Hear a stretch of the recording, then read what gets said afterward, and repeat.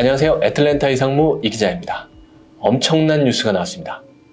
도널드 트럼프 대통령이 세계 각국에 부과해온 이 관세 문제에 대해 미국 연방 대법원의 판결이 오늘 나왔는데요.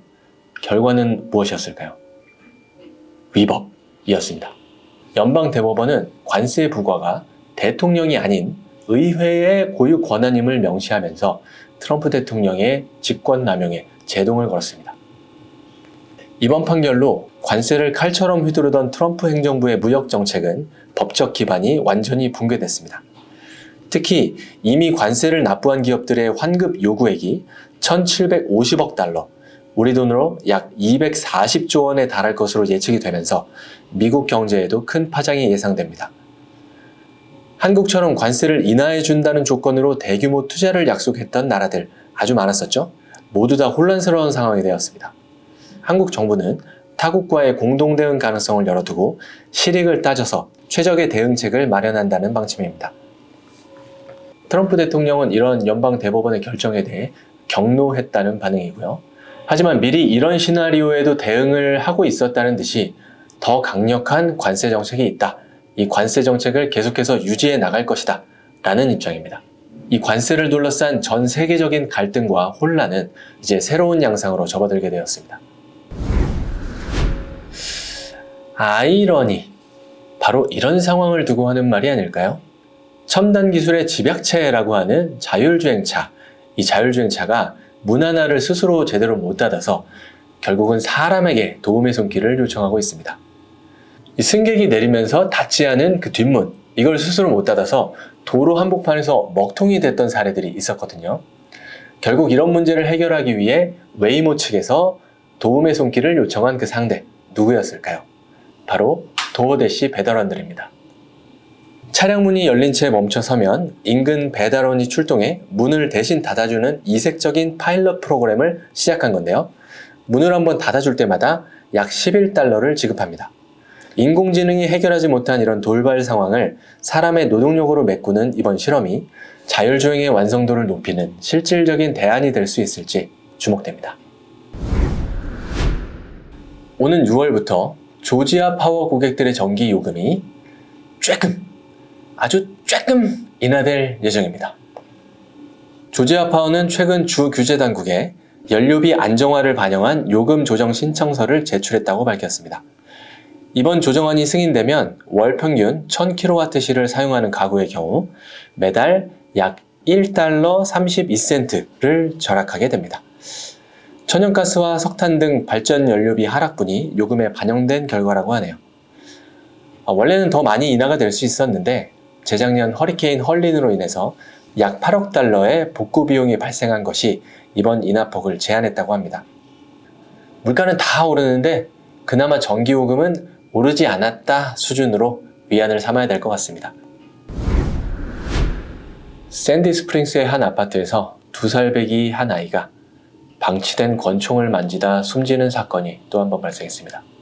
경찰은 아이의 아버지를 2급 살인 및 아동 학대 혐의로 긴급 체포했습니다. 이런 사고들이 늘 그렇듯 아이의 손이 닿는 곳에 총기가 보관되어 있었던 것으로 드러났습니다. 조지아주법은 총기 보관 소홀로 아동이 사망할 경우 형사상 과실을 인정해 중범죄인 2급 살인 혐의를 적용하고 있습니다. 다만 현재 조지아주는 총기를 안전하게 보관할 것을 강제하는 별도의 법률은 없습니다. 하루가 멀다 하고 이런 비극적인 뉴스들이 반복되는데 법의 문제인지 사람의 문제인지 잘 모르겠습니다만 이런 뉴스는 정말 더 이상 보고 싶지 않네요. 미국 주택단지에 HOA가 있는 경우가 많죠. 이 HOA가 휘두르는 권력을 갑질이라고 느끼는 집주인분들도 계실 겁니다. 최근 조지아주 오스텔의 한 주택단지에서는 HOA가 과도한 벌금을 부과하고 유치권을 행사하면서 주민들이 이사불능 상태에 빠지는 황당한 일이 벌어지고 있습니다. 피해 주민 중 하나는 배수시설을 수리한 후에 HOA 측으로부터 8,000달러의 벌금 폭탄을 맞았고요. 이로 인해 집을 팔려고 했던 계약이 무산되는 일이 벌어졌다고 합니다. 다른 주민들도 쓰레기통을 방지했다거나 잔디 관리를 소홀히 했다는 등의 이유로 수천 달러의 유치권 소송을 당하는 등의 피해가 계속됐습니다. 왜 이런 무리한 일들이 일어났나 조사를 해보니 해당 HOA는 최근에 벌금 수익 목표를 500%나 올리고 투표권 없이 권력을 유지해온 것으로 드러났습니다. 이에 분노한 주민들은 이사회를 상대로 집단 소송을 제기했습니다. 현재 주의회에는 이 HOA의 횡포를 막기 위한 권리장전 법안이 계류 중인데요. 이번 사건이 법안 통과에 영향을 미칠 수 있을지 궁금합니다. 손흥민, 메시, 호날두의 아마도 마지막 월드컵, 여기 미국에서 열리는 거 다들 아시죠? 애틀랜타에서도 주요 경기들이 열릴 예정이라 수많은 관광객들이 몰려올 것으로 기대가 됩니다. 이런 가운데 공유 숙박 플랫폼인 에어비앤비가 아주 파격적인 인센티브를 내걸었습니다. 에어비앤비는 애틀랜타 내 신규 호스트가 숙소를 등록하고 첫 손님을 맞이할 경우 $750의 보너스를 지급한다고 밝혔습니다. 최근 월드컵 개최 도시의 숙박 검색량이 전년 대비 80%나 급증하며 폭발적인 관심을 반영하고 있다고 하네요. 분석 결과에 따르면 월드컵 기간 중 집을 임대하는 주민들은 평균 $3,000 이상의 수익을 올릴 것으로 보입니다. 에어비앤비 투자에 관심이 있으신 분들은 이번 기회에 조금 서두르셔야 되겠습니다. 애틀랜타 한인 신문사들 중 월, 화, 수, 목, 금, 토 다 나오는 유일한 일간지 어디? 네, 한국일보입니다. 왜 유일하냐고요? 다른 신문사들은 얼마 전부터 주중에 하루씩 발행을 안 하고 있어요. 뭐 이해는 합니다. 이 종이값이 진짜 워낙 비싸졌거든요. 하지만 마지막 일간지의 자존심을 지키고 있는 곳도 있습니다. 저희 한국일보처럼요. 자, 이런 가운데 몇 년 전 신문 사업은 완전히 끝났다라고 단언했던 워렌 버핏이 예상을 뒤엎고 뉴욕타임즈에 3억 5천만 달러를 투자했습니다. 버크셔 해서웨이가 신문 지분을 모두 매각한 지 6년 만에 다시 뉴스 산업에 손을 뻗은 겁니다. 이번 투자는 뉴욕타임즈가 단순한 신문사를 넘어 1200만 명의 구독자를 보유한 디지털 컨텐츠 기업으로 변모했다는 점에 주목한 것으로 보입니다. 특히 게임과 스포츠 플랫폼을 아우르는 뉴욕타임즈의 다양한 수익 구조가 버핏의 신뢰를 이끌어냈다는 분석입니다. 버핏의 퇴임 직전 이루어진 이번 결정이 침체된 언론 사업 전반에 새로운 투자 신호탄이 될 수 있을지 시장에 관심이 쏠리고 있습니다.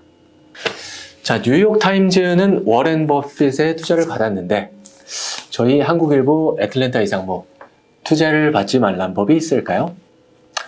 자, 여기 이렇게 자리 많이 보이시죠? 여기 치킨이 올라오지 말란 법이 있을까요? 여기 햄버거 이렇게 안 될까요? 여기 이렇게 마트 없을까요? 광고 문의 기다리겠습니다. 얼마 전 I-285 고속도로 확장 사업에 대한 뉴스를 전달해 드렸었는데요. 이 공사 구간에 해당하는 디캡 카운티 주민들이 거세게 반발하고 나섰습니다.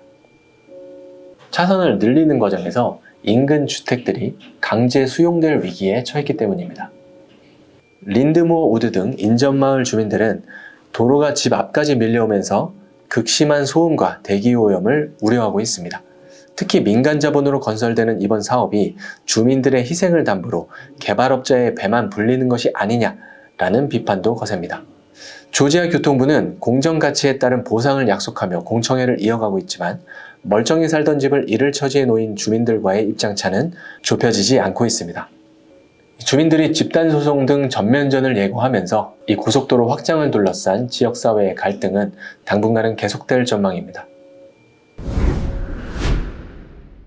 인공지능 기술로 유명 유튜버를 완벽하게 복제해 수만 달러 상당의 전기 자전거를 가로챈 사기 사건이 발생해 충격을 주고 있습니다.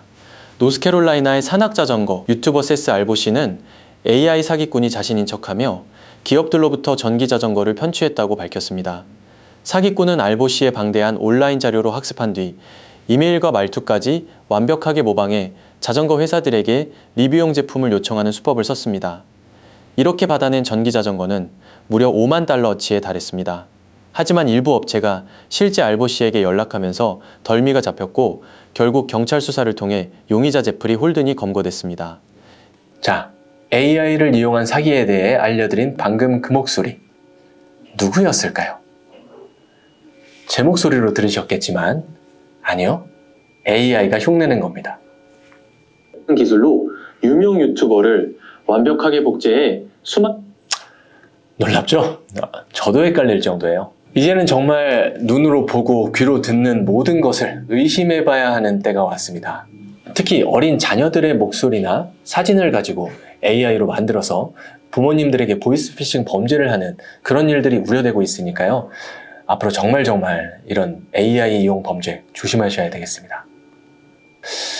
지금 보고 계신 저는 진짜일까요? 가짜일까요? 진짜일까요? 가짜일까요? 진짜일까요? 가짜일까요? 진짜일까요? 가짜일까요?